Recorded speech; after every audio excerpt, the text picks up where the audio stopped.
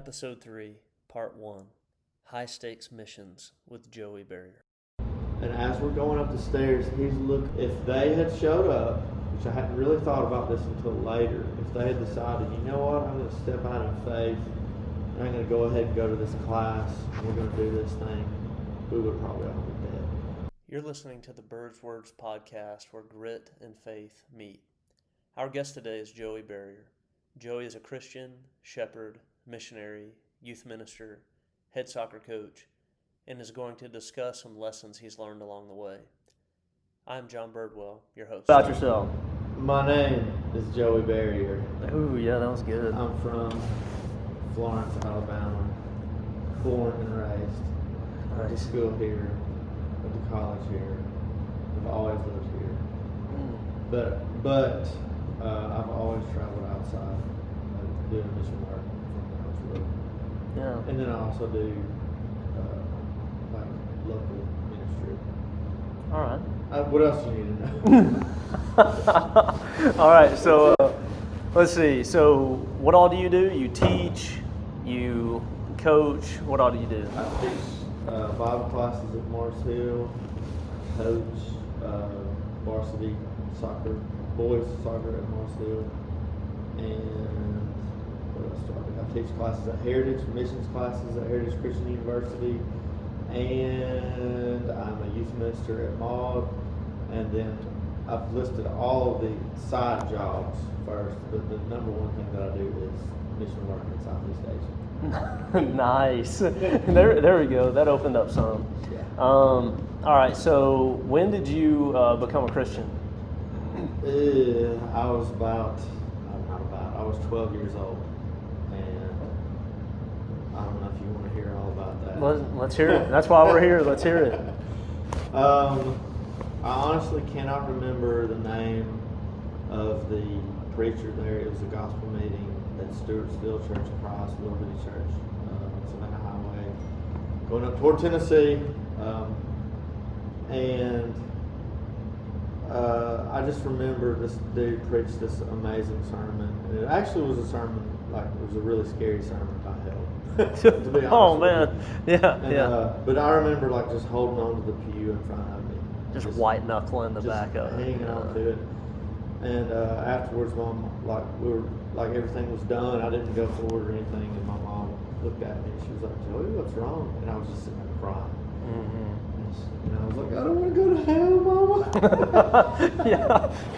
yeah. A good healthy dose of fear right there. Yeah, it was. And I questioned that later and then realized that no, that's natural and right. You know? Yeah, because there are, there's the multiple theories of like, well, don't be a fear-mongering person. Yeah. But then there's also like the truth of it. Because it's like, well, that is true. So it doesn't like negate your baptism, even if you were just because you were afraid. So, all right. So I mean, what did you do? What did your mom say? Did she say, well, get up and walk down there, Like, Yeah, everything was over, and so she was like, "You want me to go talk to the preacher?" Or want me to go get the preacher, and I went over and talked to him for a little bit. Mhm. Yeah. Yeah. So So that's what started. So he dumped you under, huh? Yeah. Yeah. All right. Yeah. Well, that's great. Well, what was it like after that? Did you, there's this thing where that's a pretty popular age. I mean, we're very moldable at that age. Mm-hmm. And I say that in a positive way, not like you're young and you don't know anything, because I was baptized, I think, at like 14. So not in like a negative way, but like when you hear the truth, I mean, it can prick your heart, and so you make a decision that lasts for years. But one of the things that happens is you kind of go through school and you make a lot of mistakes, like because you haven't hit like, well, I became a Christian, and then I was like, oh yeah. Then you get a little older, and all these things happen, and you're like, wait, am I still a Christian because I made these mistakes? And did you hit some of that too? That's exactly what happened. So, without going into details, senior year, like, is when I started like really being encountered with sin. Yeah. I mean, yeah. I was, Which is normal to human beings. So. so and so like that, or I guess encountered with sin through the years, but that was the first time I really like gave in to sin. You know, like anyway, at least the I got you. big things. But anyway, so I went through this thing. I had a bad year of my life, and then I came back and I decided like I've got to give my life to God. This is ridiculous. And so I made this big change, big turn, and I remember telling my parents, like, I was like, I'm so excited about Jesus. I just oh man, that's cool. I don't know how to tell people. Yeah. I don't know who to tell. And they were involved in mission work, and I had made a couple of trips at that point in my life, or at least one, I think, at that time. But you like a mission trip?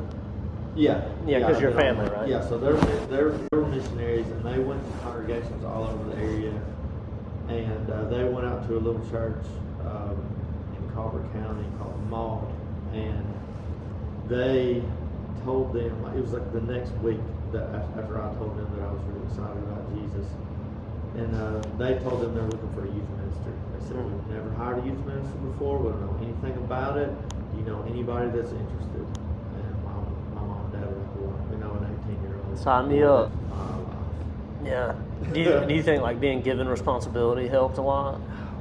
Yeah. Almost like you're trusted beyond what you should be, but it like that helps you internally. Yes, I was still an idiot, and I made lots of mistakes, but I have a similar journey. Yeah.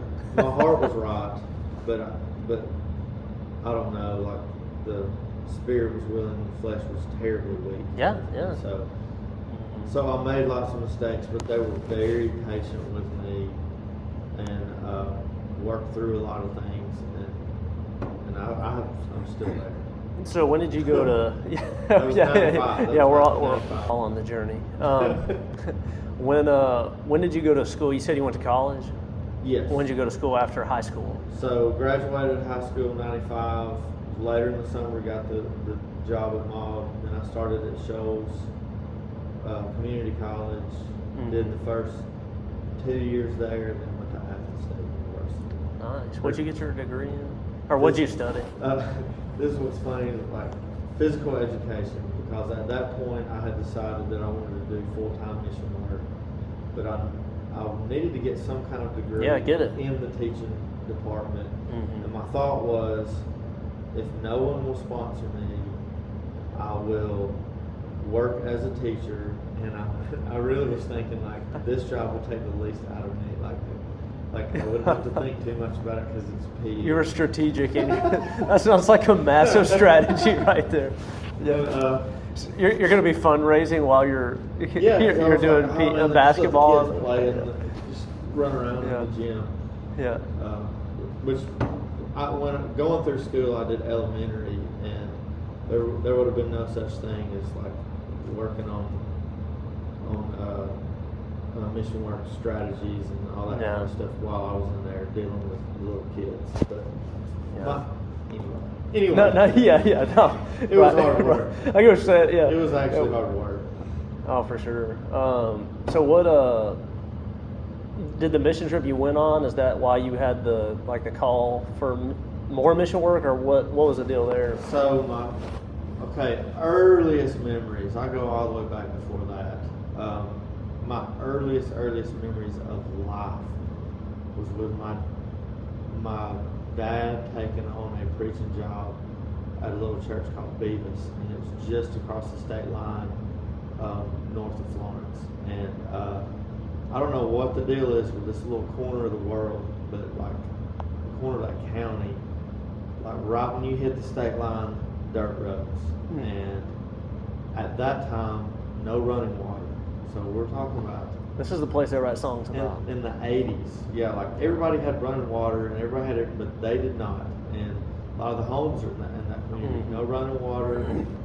They had a coal pile with a big heat, so the dude would come in there and warm the church building with that. And then... No kidding. So my dad preached there, and I can tell you a few stories about that. but that's my first memories of church at all, and some of my actual just first memories were being there. What was being there at that congregation. My dad preaching. He was doing it for free, which had big impact on me. That's cool, yeah. And so early on, one of the first few weeks of being there, he had this lesson. Of course, I don't remember this lesson, but I remember all the stuff that came from it. But he had a lesson, and just talking about how everybody can be a part, and everybody can help, and we're all parts of this body. And he, at the end, he said, if there's anybody here that knows of anybody that you think would want to have a Bible study, let me know. And so this older man came up to him afterwards, a man who could not even read, mind you. Yeah. Did not even have the ability to read, but he comes up to Daddy and says, I'm sorry. He comes up to Daddy and says, I'm going to have some people over at my house Tuesday if you want to come study with them. So he just initiates this thing. Yeah, so and Daddy's like, okay, I'll come over Tuesday. They set up a time. Daddy goes over there. I was with him. We were all with him. We used to ride with him every Bible study they went to. Oh, that's cool. Which, most of the time they're inside studying with people, and we're outside rolling down the hills and barrels with little kids. Nice, So we're out there going crazy, and would walk inside the house, and they would be in there crying, like studying the Bible with somebody. And just convicted. You just open the door and you look in, and you're like, oh man. Hello, what's going on in here? Yeah. So a lot of nights like that, but it all happened from this one moment. So Daddy comes down the road, and he sees cars lined up on both sides of the road at this dude's house. And as he pulls up to the house, he sees all these people standing out in the yard. There's over 100 people there, and he's thinking, like, somebody's died. At this house for a Bible study? Yeah. So Daddy's thinking, somebody's died. Like, this is like he got suckered died, into something he didn't going know. on, and all these people are there. And so he's thinking, okay, no more Bible studies. I'm going to be mourning with a family or something. Plans have changed. So he pulls up to the house, and that man walks out, and he's like, they're here. They're ready to study. And so Daddy stood up on the front porch and basically preached a gospel sermon to over 100 people all sitting out there in the grass. That is cool. And so then, like the 5-6 years that we were there, he was working through every one of those people, studying 2 to 3 nights a week with people. And every time they would get to the point where they wanted to obey, we would go to a creek. They didn't have a baptistry in the church building. Get some. So we would go down to Second Crystal Creek. cold stream. Yeah. And I remember nights being out there with the headlights pointed out into the water, and Daddy would be out there baptizing people. Well, that's got to burn into your memory. Oh yeah, That's firsthand. You were in field training. Yeah. How old were you then? Like 10? Somewhere 3, probably 3 to 8. Oh yeah, so you're started around 3, ended around 3 to 9. Yeah. You jumped right into the field training program there. And it was in that time. This is what started it. You asked that question about mission work. It was in that time that a visiting missionary came named J.C. Choate. J.C. and Betty Choate showed up and talked to my parents, and then Daddy started helping raise funds for mission works overseas while he was preaching there. Was he doing mission work at that time? This is when he first started. So he had not been on any trips at this point, but I remember like putting money in the little jar, in class, raising money for work in Sri Lanka, which years later I finally went to Sri Lanka and met them and saw the building that we had that's cool. raised money for and all that. But that's what started it, and we just got deeper and deeper and deeper into that, and Daddy got more and more involved, and then when he retired, he went into that full time. And that was somewhere around 2000, and that's when I graduated from college, and I started doing it full time too. So you stepped down from youth ministry at the time, or? No, I've always been part-time youth minister doing full-time mission work. And so how many years now have you been doing mission work total, would you say? Full-time since 2000. Okay, since 2000. And went on my first trip that I went on, I think it might have been like 91, 92. Well, it's that little church you were talking about. Yeah. That was your first mission trip, first trip right? to Asia, Yeah. Gotcha. Yeah. That really was that was setting everything up. Absolutely. Yeah. That's cool. So graduate college. So you've been doing youth ministry for a little while then, and full-time mission work. So, who do you travel with? Like, how do you find your places? All that. We started out going to the places that J.C. Chubb was already working in. So he had work in New Delhi, in Bangalore, some work in the Philippines, in the Cebu, and did some work in Pakistan, but got pushed out of Pakistan. I'm trying to think, and Sri Lanka. Those were that was kind of like the beginning stuff that we did, and then it just started growing from there. So you get the plane tickets. You've got a contact out there. You go out there. What do you do once the door opens up? What do you do from there? Just in general, or do you have different goals at different places? I can give you like the boring, what we do everywhere that we go is we find somebody that can find a way to do some type of mass communication of the gospel.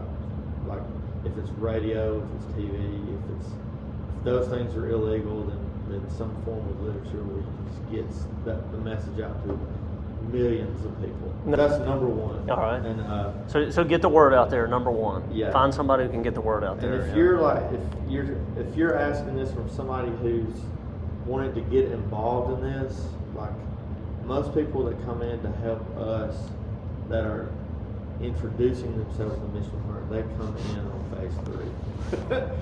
Okay. So there's phases here. Yeah, let's hear it. So phase 2 is following up with all the contacts that you make from all the mass efforts.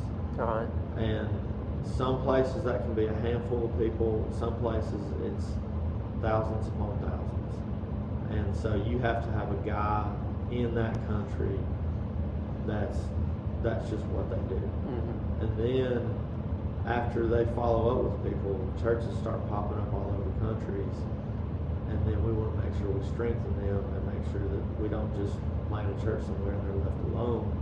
So we bring members of those congregations in and train them in schools. And the people that come with us for their first times, they come to those schools and help with the training there. That's a lot. So you're teaching people to teach people, rather than us going over and doing all the work and planning a congregation ourselves and doing it. And then leaving it with them. Trying to turn it over to them, like we let them it's turned over from the start. Yeah. So yeah. Anyway, so the people that come in and help us, they plug in to the schools that we have. Yeah. No, that's neat. And the discipleship method is really, that's a biblical model. Yes. So, do you try to stay in touch with them often? What dudes overseas? Yeah, when you come back over here. So, what's the relationship look like the rest of the year when you're not there? What's that looking like? Because they're still working, they're building the church, they're encouraging people. So, your role kind of shifts a little bit. So, what do you go into there? What we do, we raise funds. A lot of what we do is raise funds, and we are constantly communicating with them.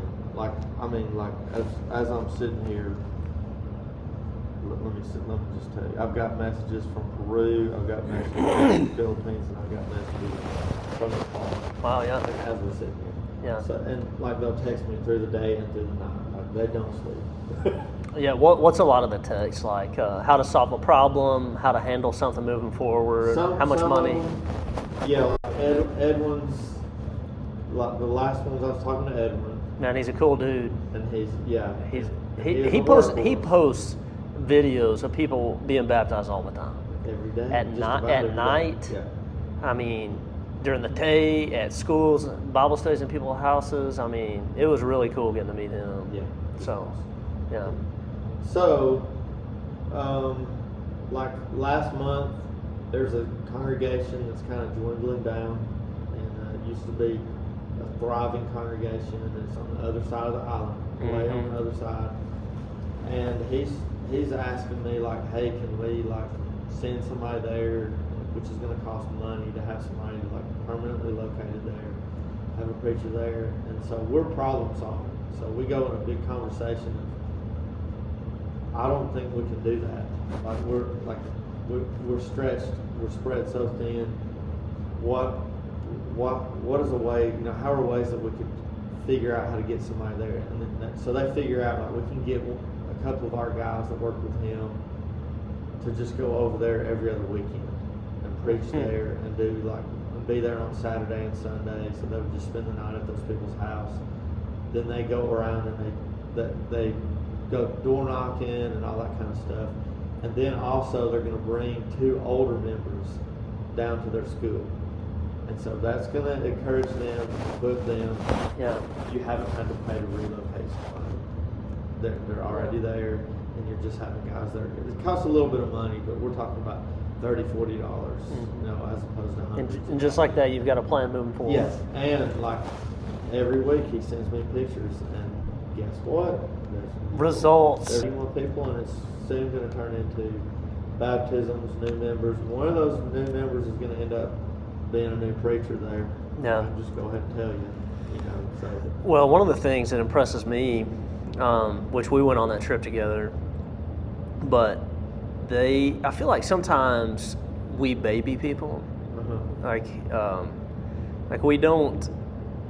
I don't know. We don't expect a lot of things sometimes for younger people. I've had to reassess that a little bit. And you take a 16-year-old. You're like, hey, what are you doing? And you think that they're just a kid who's just jumping in the bus to go to this youth event, and that 16-year-old is leading the children's ministry and leading the Bible songs. And you're like, oh wow, you're a 16-year-old lady, and you're in charge of this whole thing for your entire village. Yeah. And then another guy's taking notes, and I ask him, like, hey, what you working on over there? And he's like, he's copying the Bible in one language to a different language so that he can speak the dialect of the people across the river or whatever. And so it makes me reassess a little bit. Or the 16-year-old guy who's climbing the coconut tree with a machete, with just nothing but a pair of shorts on and a machete, and he's cutting these coconuts down for us, and his dad sent him. His dad's like, hey, get up there and cut these things down, and I mean, sometimes we're pretty protective, but it's really cool to see what people can do. And I think part of it is if we equip and trust people, like, hey, you can do this. Like, hey, you can do something for our kids' ministry here at church too, even though you're young. Yeah. I think there's elements there. Absolutely. Well, I mean, this Maud trusted me when I was 18 years old and still didn't have it figured out. That's right. Why don't we trust people in the same way? They trusted me, and not to get on some kind of weird racist kind of thing, but we've got this thing in us that we feel like they can't handle it. And we've got to have an American there. Yeah, you're talking about overseas mission. That is an American way of doing mission work. We feel like we've got to get in there and do everything because they can't handle it. Yet at the same time, we always come back and say, I believe they taught me more. Well, of course they did. Their faith, is just leaps and bounds greater than, so what are we teaching them? So if we admit that their faith is so great, why can't we trust them to handle responsibility? And so just start it with them and leave it with them and encourage and support. You think a lot of that's control? We want to be in control of it. We want to Absolutely. control the money. We want to control the results. We want to control. I've heard people say, what happens if we kind of mass evangelism kind of thing? All of a sudden we've got a bunch of Christians on the other side of the mountain. And as a bad thing. Because we can't get over there and control, monitor and control it. And I'm like, good. You've got Christians on the other side of the mountain. that you cannot control, and they're doing their own thing, and they're doing it without any of your assistance. Yeah. You know, we get in our own way sometimes. Yeah. So you hadn't even started up some kind of weird welfare situation where they're completely dependent on the American money flowing through. Yeah. So we chop the legs off, or whatever, however you want to say that. Yeah. We kill our own progress. Well, so here in America, what I mean, in my mind, I see stark differences in viewing mission work. To me, it almost seems more real to go somewhere else. Mm-hmm. But then it's like we lose that back to our own places. Mm-hmm. And so I believe in both. I think that they need to be there, and I think that they need to be here. But do you feel like sometimes maybe either we're so comfortable or we don't view it as real down the street, or we're not willing to go down the street? Or like, what do you think the differences are in our mentalities between an overseas mission trip and taking a local mission trip like really seriously? Yeah. You know? I would say this this is a problem of compartmentalizing. There's books about this. Like when we go on mission trips, there's the narrative of mission, like the things that you come home talking about. How many times have you heard somebody say, "My eyes were open"? It's because they were looking for it. Yeah. They were looking for their eyes to be open, to see things like this, and half the time, they're not even seeing for what it really is, because they're looking for something. They want to see the things that we've been trained to see. You could probably tell them to me. You know, like they gave everything that they had. things like we look for in missions, and when we go, we're looking to see that and have our eyes open. It's compartmentalized to this is mission trip, Joey. This is like we even do it with youth group. Like when we're in the youth van and you see somebody on the side of the road, like, oh, we better help them. You know, like because we're in youth group mode. Oh, I see what you're saying. Yeah. And so like it should just be Christian mode, Christ mode. Like no matter where you are, no matter what's going on. Like so down the street, like we don't have to go on a mission trip to have Mission USA. Like it should just be in us. Yeah, it's just what happens. Yeah, this is life. This is the guy that I'm talking to right now.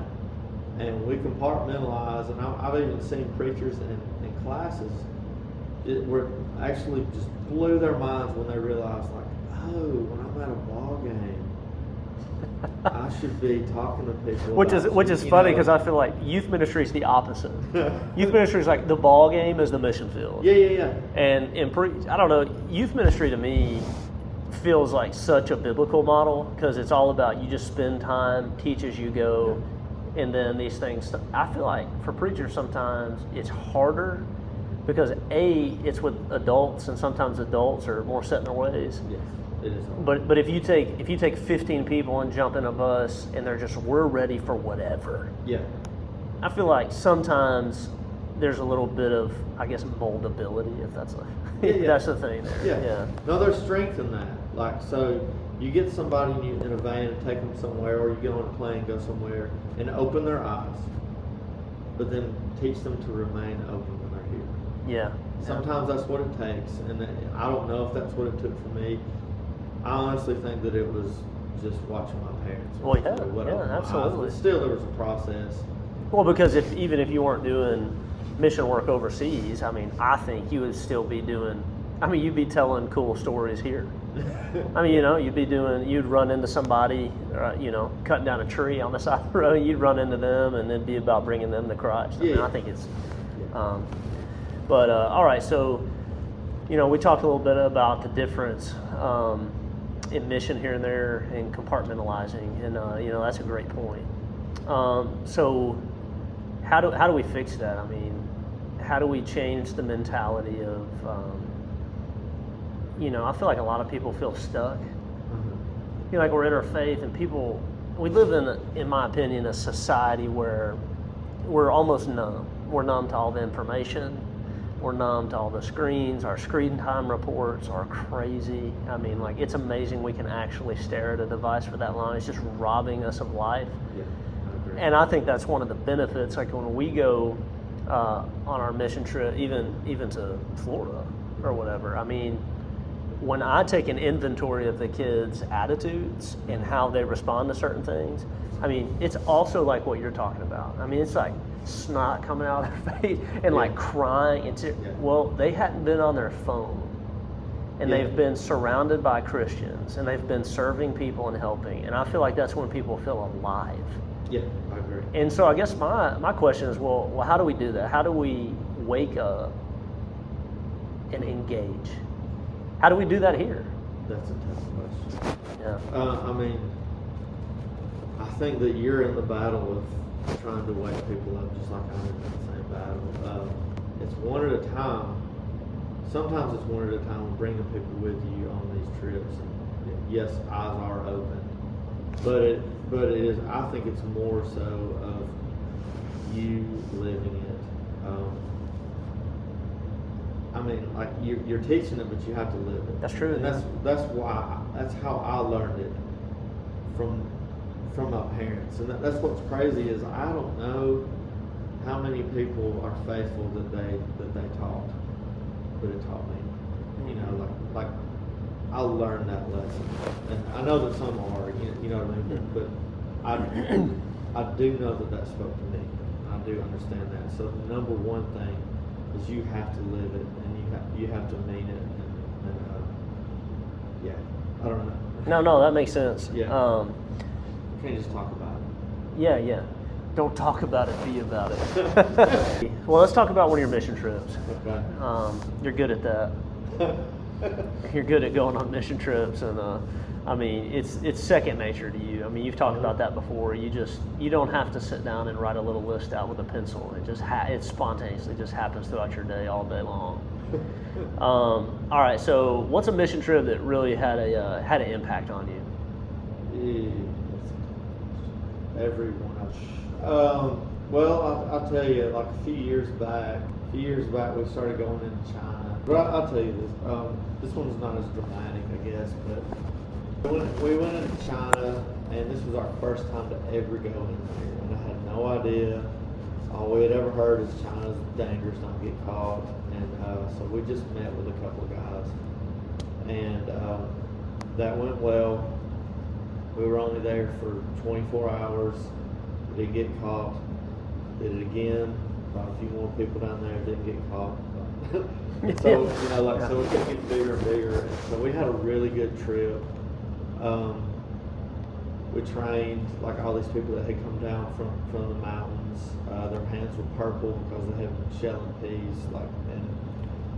I was like, "Do y'all have yaks? That's where y'all are from?" And they were like, "I have two." And so and then I was like, "Do y'all know any, like how many white people do y'all know?" And I was like, "You." No kidding. You're the only one. Me and Andrew were the only white people that they had ever seen in their life, and so we even had the moment where we're touching each other's skin, to see if the texture still felt the same and all that. And so we met with these people, and they were awesome, and we studied with them all week. And then 3 women at the end of the week wanted to be baptized, and we're in a tourist town, and we chose that town so it wouldn't look weird to have white guys walking around. There was a lot of Europeans, so we thought this would be a good town. It's a tourist town. There's this old city there that a lot of people come visit, and but it's up in the mountains, close to the Burma border. And where was I at? Okay, so these 3 women were going to be baptized, but we're all from out of town. Even the people that live there, they're out of town. So none of us know where can we go to get baptized. You can't go out to the lake there because the water is running off of snow-capped mountains. So it's really, really, really cold. Wake you up spiritually. And people would see you, yeah. And we're like, we probably don't need to go out there. It's a big, huge lake, and everybody would see us. And they said, well, there's some hot springs. We found out there's some hot springs in town, and they have some pools at those hot springs. So we think, okay, we'll go there to those pools, and maybe we can jump in there and baptize them real quick. It won't be a big deal. we'd already decided that he and Andrew were not going to go near them. We're gonna we wanted. You're gonna keep your distance. Yeah. But they said it's okay if y'all to go in, just stand on the other side of the pool. So you've got a local who's going to baptize them. Yeah, well, as local as could be. He is a Chinese citizen. He's actually Burmese and Chinese citizen. Gotcha. He's got dual citizenship. He's local in that sense, but not local because he's out of town too. We're all in the city. Right. It's all these layers. Yeah. Okay. So he's going to baptize them, but when we get to the pool and realize like this is a crazy public pool. There's all these people. It's like the rec center, like or YMCA. There's all these hundreds of people around there, and they won't even let you in. You can't even get in the pool unless you have a swimsuit. So none of them have swimsuits. They've never owned one. No. They've never gone swimming for like fun. Like That's that. unreal. Because they all live in the mountains. When you get in the water, it's freezing cold. So anyway, none of them own that. They weren't on a polar plunging kick like it's trending right now. they did it before it was cool. Yeah. Only if they had to. Yeah, so, I gotcha. So it's 3 women, 3 different sized women, and 3 different aged women. So one young, one middle aged, one old, one a little bit bigger, one really really skinny, one middle size. So anyway, they're selling swimsuits up at the counter at this place, but they're way overpriced because it's a little tourist trap. But we're like, okay, I guess we have to buy one, and they're not going to let them in the water. So they buy one. Out of curiosity, and the modesty there. Like, what type of bathing suit are we talking about? Are we talking about short? It's a one piece. Okay, yeah. Now, but here's what's great. I've never experienced it. This is the only time I've ever experienced this. The guy had to buy one too, so they wouldn't let him in the pool, and they all wear Speedos. They all swim in Speedos. So Luke, who's doing the baptizing, has to buy a Speedo. Can you? This is lacking the inspiration, but yeah. I don't want to take away from this incredible moment here. Yeah. But I just want to note that, I can't say I've ever, for the sake of furthering the kingdom, had to go up and purchase a Speedo. This is the first time I've ever seen this happen. And that is unique. This is why you're here. Yeah. You can't get this in many places. Yeah. All right. They buy one swimsuit that they feel like would fit all of them. Yeah. And so they go in the locker rooms, and we all stand outside the pool. And then he comes out in his Speedo, jumps in the water, and then one at a time, this women came out, jumped in the water, and just kind of acted like they're swimming around. So they're trying to be nonchalant. All these people are swimming and doing laps, and just like kids are playing and stuff. And they're like looking around, and I'm over there on the other end. Just kind of looking over my shoulder. And Andrew's got his phone picture real quick, Yeah. And like, so one at a time, baptize them, and they go back in, and then a few minutes later, the other one comes out wearing the same swimsuit, and all were baptized. So, and here's where we messed up. So we took pictures of everybody, all of us in the group, and those 3 women, they go back home, they go back to their village and start telling people, as they should, about what happened, about that they had heard the gospel preached, that they obeyed it, that they had their sins washed away. Started telling people about Jesus, because most of the people in that area are atheists, and they're taught to be atheists, yet they don't really have, they're not devout, like they just, I guess I'm an atheist, So it's actually a really wide open, easy mission field, which is completely different from what I've ever been taught. So they're going around telling everybody about this and showing them pictures, and then they end up showing somebody a picture of the full group, all of us there, and they're looking in there and they see there's 2 white people. And that was the red flag. They're not from here. That's the only thing that was illegal. It would have been legal for Chinese citizens to do that. It was legal for him to baptize them, but it was illegal for us to be teaching. So So we don't know about. None of us know about this, and so they don't even know that there's been any red flags. They don't. They just have told people, and people are telling people, and other people are telling people. So the next year we plan to come back the exact same time. We show up in China, and our Chinese guy is there, and our Burmese guy, who's our translator, he meets us at the airport, and we get back to the hotel, and I say, like, how many students do we have this year? Because every year it's grown a little bit. Last time we'd had about 15 of them there. And he said, let's talk when we get to the room. I said, oh, no, something's wrong. And so yeah, that's not what you want to do. we get to the room, and as we're going up the stairs, he's looking around all different directions. We get in the room. And you're checking his corners, and He you're like, is, dude, what like, are you doing? he walked to the window. He gets this little teeny tiny window, and he opens it up and looks around outside. We're on the third floor. I'm like, was somebody going to be like, I don't know. Anyway, so he's looking around, looks out the window, looks out the door, and then he's like, no school.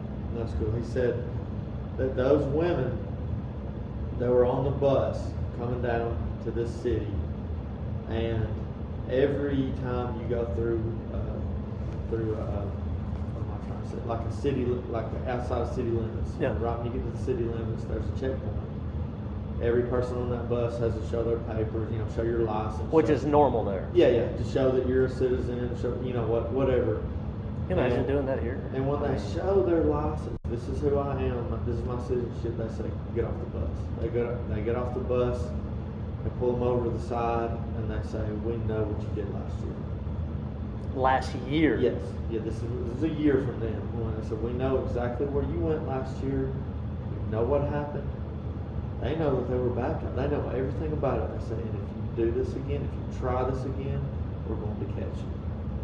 And so they stayed off the bus, walked across the street, got on the bus stop, and went right back home.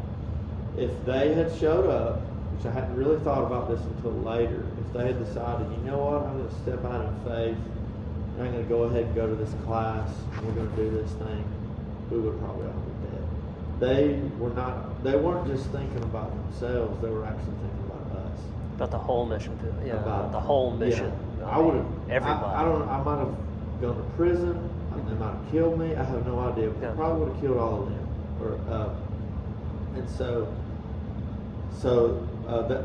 that's what they told us. And then here's what's crazy about this is after that, they said, you still want to go on a campaign? Yeah. After they tell us this. Yeah. He's putting the leaders stuff up over the windows to hide what's in it. And he's like, all right, you ready? The students aren't here, but you want to go visit with them one at a time. They were like, we can actually take this time and get a bus and go up to them. We just want to get our Bibles out. And so I'm sending messages back home, and Daddy's like, get home now. You're giving him a play-by-play, and he's like, dude. Yeah, it's like, leave. The second you do anything, they are all over you. Like, well, see, yeah. What I guess impresses or amazes me is you would think, I don't know, on the outside looking in, you think, oh, they don't know what's going on. They don't. They are tuned in to the things that happen. They know every citizen in that country, all 1.4 billion. They're all counted. Yeah, well, and I think we've talked before. I mean, you get off the plane and you feel like you're blending in, and there's 10 people that are like, look at this white guy. look at him. Where's he from? And then, I mean, it spreads like wildfire. And so, I mean, how do you blend into a place? I mean, that is human nature everywhere. Yeah. In America, I mean, we may not realize it as much, but in certain places, like, you go into even a certain neighborhood and you're just trying to either be nice or, and they're like, man, who's this guy? Yeah. And that's protecting their people, but at the same time, like when you're doing dangerous mission work and trying to help to save souls and spread Christianity, and people could get killed. Yeah. I mean, that's not good. That's not good. Yeah. So, all right. So, do you have places like that where you're really conscientious about? You're like, we're not going to rock the boat. Because just like those ladies were protecting you, yeah. Are you really cautious about how you look, how you present yourselves, what you do for your entire mission work. Like you might say, well, we're going to have to back off of this a little bit to keep the whole mission work going forward. Yeah. At that point, we chose to have all the guys come across the China border into Burma. They could freely cross that border. It wasn't too big of an issue to go into Burma at that time, and we trained them from Burma. So we chose. I haven't been back since then. Yeah. That was 2013. So it's been a decade, and it's been successful doing it that way. So you just do whatever you have to do. It actually works better to train them from Burma. It's a little bit easier. Obviously, we probably could have gotten a few more people, easier access to more people if we could have done it from China, but it's forced us to work with those leaders. They go back and they go on campaigns. Yeah. But like a lot of those countries in Southeast Asia are really, really touchy like that. Yeah. Burma is especially touchy right now. Yeah, it's rough over there right now. Yes. Yeah, it's rough. So what would you say was one of the biggest things that, the main things that you took back from that trip in China, and just that heightened level of like, oh, this could go bad, because if you're in a hotel room, I mean, so you go from one picture, and you're trying to keep a low profile. I mean, and you're kind of trying to keep your distance, but like you said, I mean, pictures, it's like, it gets people these days, Yeah. I mean, but not necessarily that. What's one thing you just learned and you're like, this shaped the way that I do it moving forward in these types of environments? Well, I realized like how tight of a grip they have on everybody. So like when people tell you like how tense it is, believe them. Yeah, they're not playing. They're like, and we think that there's no way that they could have tabs on everybody like that, but they do, and that lets you know like they are watching you. You must be careful on all kind of levels. All kind of levels, like on the safety level, and on just you can go over there and completely. You could cause some crazy issue that's never been brought up before, and just completely rip a church to shreds over just something really stupid that you say, or you know what I mean? Oh yeah. So like the point is like low profile in everything. Yeah. And I mean, which is a contrary to my nature. Yeah. Well, I mean, you know this, but I mean the power's in the gospel, but it is, there's a part of it where, well, I mean, you look at, let's just say, the American version of like what youth ministry is, in a positive way. I mean, but you take pictures, you highlight. I mean, this great country we live in, but yeah, I mean, it's what you do, and it's like it's marketing. Yeah. It's like, look at all the friends that are coming. Look at all the schools that we have involved. Look at all the ministry opportunity in the trips that we have and the opportunities to serve.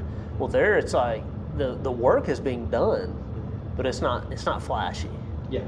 Yeah. It's still effective though. Under the radar. It's still effective. Which, that's a whole other thought. Like, that's actually very biblical. Like we want to market. Pray in the closet kind of stuff, or what do you mean? Jesus was, don't tell anybody about this. Oh yeah. Like he was intentionally trying to make the crowd smaller. He even gave them the hard lessons of you got to eat my flesh, drink my blood.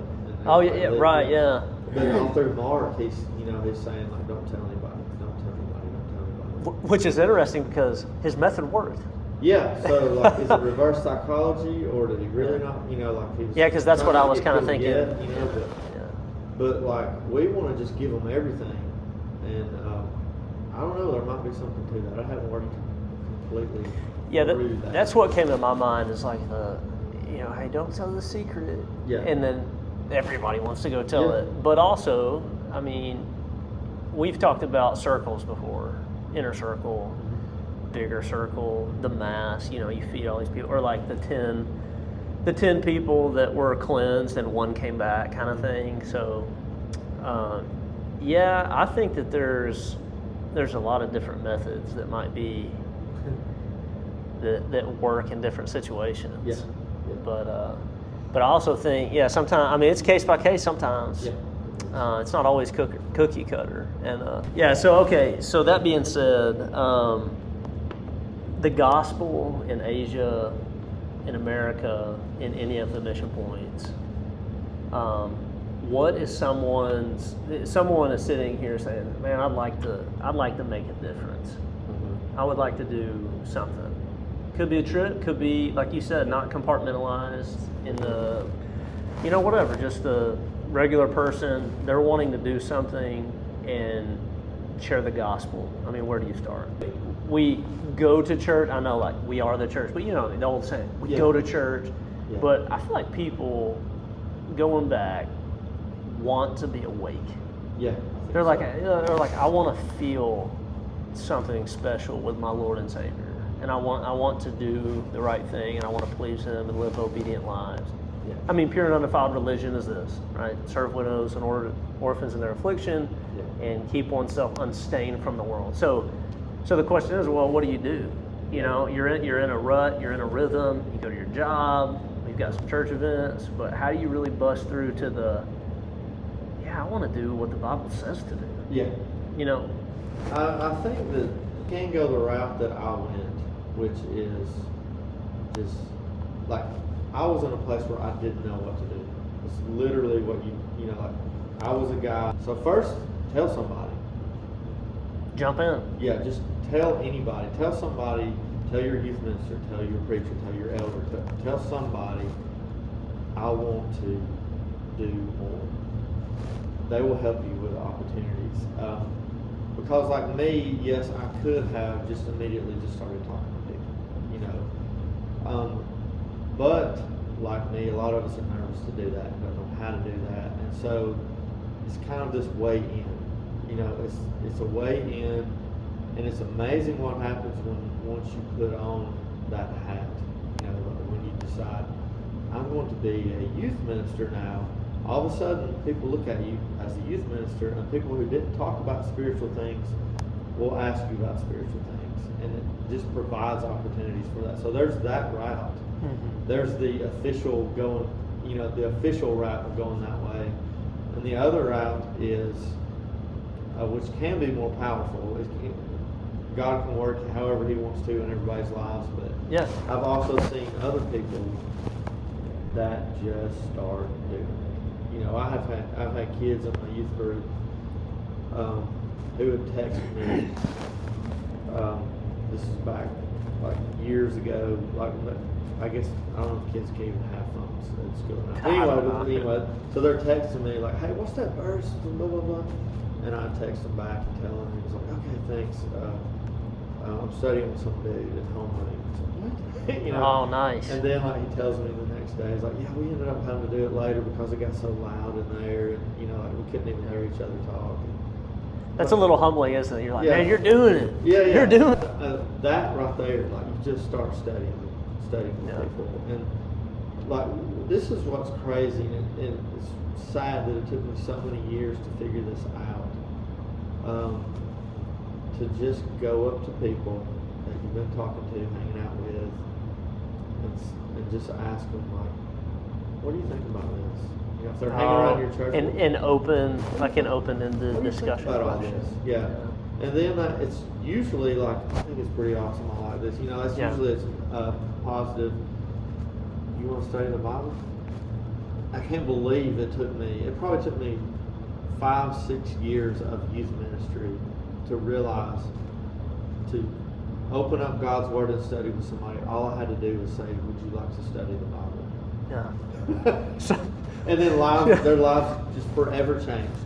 We get in there and start reading that, and they sit there next to me, reading the words for themselves of things that they've never read before, and those words are powerful. Yeah, well, I mean, sometimes we're that way, though. I mean, we're all around the thing. Yeah. It's like, hey, just ask. Just say it. I think I listened to a presentation on this neurologist who said your body has like a system of that also, like on a scientific level. Like if you're going to do something, if you hesitate for longer than a certain amount of seconds or time, then it's like it goes statistically way down. Yeah. It's like standing at the high dive. Yeah. You go up there on the about 30 feet up. Yeah. And you look down there. If you don't immediately jump, there's a good chance you're never going to jump. Yeah. Oh, yeah. And I've had opportunities like that where even like I've walked by someone in their car, and I mean, you know what I'm talking. They've got this look, like they are just crushed, like they need Jesus, and you know your feet are kind of moving in slow motion, and you're like leaning, and you're like, should I say something? And then you don't. Yeah. And that window passes, and then I look back and I'm like, oh. Why were you such a coward right there? And, you know, then they drive off and, you never see them again. Gone. And that hurt. I mean, that hurts. Is that quenching the spirit? Yeah, that's it. Well, I mean, the sin of omission, if I'm intrinsically compelled, and there's just every fiber in my being, it's like you need to, or almost every fiber, it's like you need to tell them about Jesus. Then there's the one that's like, oh, I mean, you know, whatever. Which is this thing right here. Yeah. What we're doing right now. Yo, this is that thing for you. This is your mass communication. Yeah. You were standing outside for 5 seconds and said, okay, I'm going to do it. I'm just going to get it. Well, I'm glad you did it. I'm glad you did. Me too. Oh, man. You just finished listening to Episode 3, Part 1 with Joey Barrier on the Birds Words podcast. The next episode might bring you to tears as you hear a gut-wrenching account from the Barrier family missions involving some courageous Christians and God's incredible work. Whether it's an AK-47 in the face or the compassion of a mother, we hear about some encounters involving serious possible consequences as God's people. My aim is to bring you solid content from people who offer real experience where grit and faith meet, and provide insightful discussion that equips you with wisdom, spiritual encouragement, and truth to help you conquer the day. If you're enjoying the content, take a second to rate the show on your podcast platform. Also, you can help out by following on Instagram or Facebook to see when new releases are headed your way. Be on the lookout for the next episode.